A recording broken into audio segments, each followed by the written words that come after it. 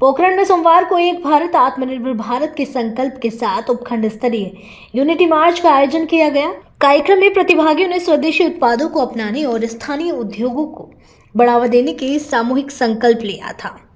साथ ही सभी ने एक स्वर में राष्ट्र की एकता, अखंडता और आत्मनिर्भर भारत के निर्माण के लिए योगदान देने का प्रण लिया। कार्यक्रम के समापन अवसर पर अधिकारियों ने कहा कि स्वदेशी अपनाना ही सच्चे अर्थों में आत्मनिर्भर भारत की दिशा में सबसे बड़ा कदम है। बयाना विधानसभा क्षेत्र के निवासियों के लिए बड़ी राहत की खबर है।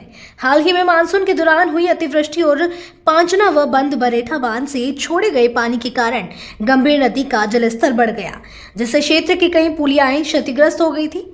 परिणाम स्वरूप कई महीनों तक यातायात बाधित रहा और हजारों लोगों को भारी परेशानी का सामना करना पड़ा। इस समस्या को गंभीरता से लेते हुए बयाना विधायक डॉक्टर रितु बनावत ने राज्य सरकार से प्रभावित पुलियाओं को उठाकर पुनर्निर्माण करने की मांग की थी। उनकी इस पहल पर मुख्यमंत्री श्री भजनलाल शर्मा ने त्वरित कार्रवाई करते हुए बयाना विधानसभा क्षेत्र की प्रमुख पुलियाओं के निर्माण के लिए राशि स्वीकृत की है। मुख्यमंत्री ने बयाना शमशान घाट से थाना डांग पुलिया, चहल पुलिया और रूपवास उपखंड की देवरी नया गांव पुलिया के लिए 1-1 करोड़ रुपए तथा पांडरी पुलिया के लिए 50 लाख रुपए की स्वीकृति प्रदान की है। जो पांचना का पानी और बंद बारेठा का पानी जो छोड़ा गया था, जिसके कारण से हमारे क्षेत्र की कई पुलियाओं का हालत खराब हो गई थी, पूरी तरह ध्वस्त हो गई थी। और इस हेतु मेरा लगातार प्रयास रहा राज्य सरकार से कि इनके लिए इनको पुलियाओं को ऊंची कराया जाए और जिससे कि यहाँ पर लोगों को आवागमन के हिसाब से कोई परेशानी नहीं हो आगे आने वाले समय में।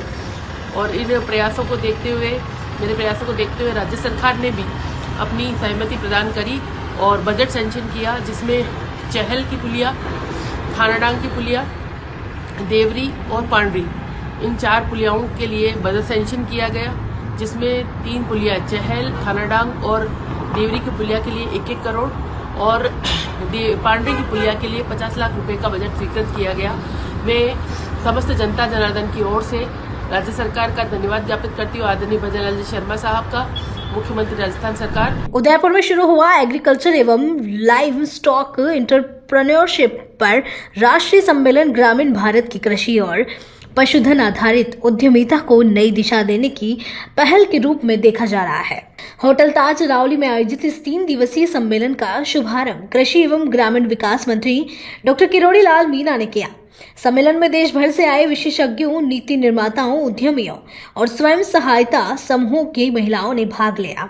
इस मंच का उद्देश्य ग्रामीण उद्यमों को व्यावसायिक दृष्टि से मजबूत करना और महिलाओं को आत्मनिर्भर बनाना है, ताकि गांवों में टिकाऊ आर्थिक विकास का मार्ग प्रशस्त हो सके।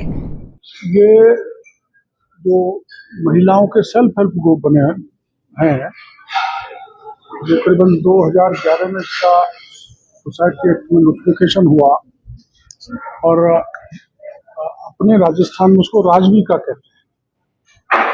तो गांव में महिलाएं अपने आजीविका के साधनों के जरिए सशक्त हो सके, आर्थिक दृष्टि से मजबूत हो सके, आत्मनिर्भर हो सके, उस दृष्टि से पूरे देश के राजविका रूरल डेवलपमेंट विभाग के अंदर आता है। तो भारत सरकार के भी बड़े अधिकारी यहाँ पर हैं। भारत सरकार में उसको आजीविका कहते हैं, हमारे राजस्थान में राजविका कहते हैं। तो इस पर चिंतन है, इस बात का है, 3 दिन का सेमिनार इस बात की है कि जो देश की महिलाएं जो गांव में हैं, जिनके पास कुछ हुनर है, जिनके पास कुछ स्किल्स हैं और अलग अलग स्थानों पे जो अलग अलग चीजें हैं उनका उत्पाद बनाएं और उनकी ब्रांडिंग करें, पैकेजिंग करें और उनको बाजार में बेचें। यहाँ तक का प्रोविजन है कि उनको एक्सपोर्ट भी करने का प्रावधान है। कई ऐसे सेल्फ हेल्प ग्रुप हैं बड़े, और हमारे यहाँ राजस्थान में 4.25 लाख सेल्फ हेल्प ग्रुप हैं। आज ये वर्कशॉप जो आजीविका और भारत सरकार का जो ग्रामीण विकास मंत्रालय है, उसके दोनों के समन्वय से आयोजित हो रहा है। और हमने इस तरह का नेशनल सेमिनार करीब 2 साल बाद आयोजित किया है और इस साल वो उदयपुर में हो रहा है। यहाँ सभी जो राज्य हैं भारत के, वो उनमें से लोग आए हुए हैं, सभी ऑफिसर्स आए हुए हैं और भारत सरकार की पूरी टीम आई हुई है। तो यहाँ विशेष तौर पे राजीविका में किस तरह से हमारी महिलाएं जो हैं उनका इनकम जनरेशन हो सकता है, उस पर चर्चा होगी। और विशेष तौर पे जो लखपति दीदी हमारी हैं उन पर हम इसमें विचार विमर्श करेंगे कि अब जैसा आपने प्रेजेंटेशन में देखा कि 3 करोड़ लखपति दीदी हम बनाने जा रहे हैं, तो आगे हमें क्या कदम उठाने चाहिए, क्या स्टेप्स लेने चाहिए। और उसमें एक्सपीरियंस शेयरिंग भी होगी कि जैसे हमने महिला बैंक बनाया हुआ है तो अन्य कोई राज्य हमसे सीखे, या किसी और ने कोई नवाचार किया है तो उनसे हम सीखे। तो इसलिए आज का जोधपुर में डॉक्टर सर्वपल्ली राधाकृष्णन